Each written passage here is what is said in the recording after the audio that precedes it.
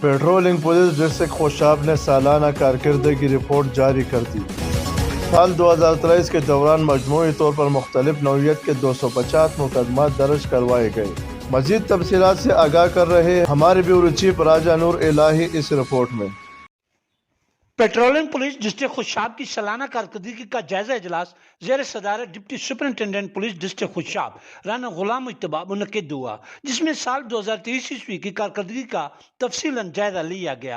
اجلاس کو بتایا گیا کہ گزشتہ سال کے دوران پیٹرولنگ پولیس ضلع خوشاب نے جرائم پیشہ افراد کے خلاف بھرپور کارروائی کرتے ہوئے 250 مقدمات درج کروائے، جن میں ناجائز اسلحہ کے 49 مقدمات درج کیے گئے، 5 کلاشن کوف، 5 رائفل اور 39 پسٹل برآمد کیے گئے، اور اسی طرح تیز رفتار گاڑیوں اور غیر معیاری CNG سلنڈر استعمال کرنے والی ڈرائیورز کے خلاف 167 مقدمات درج کروائے گئے اور منشیات رکھنے پر 34 مقدمات درج کروائے گئے۔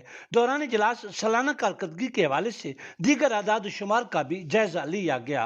اجلاس کو بتایا گیا کہ سال 2023 میں پیٹرولنگ پولیس ضلع خوشاب نے روڈز پر 5437 لوگوں کی خدمت کی اور مختلف نوعیت کی مدد اور رہنمائی کی۔ 18 گم شدہ بچوں کو ان کے والدین سے ملوایا۔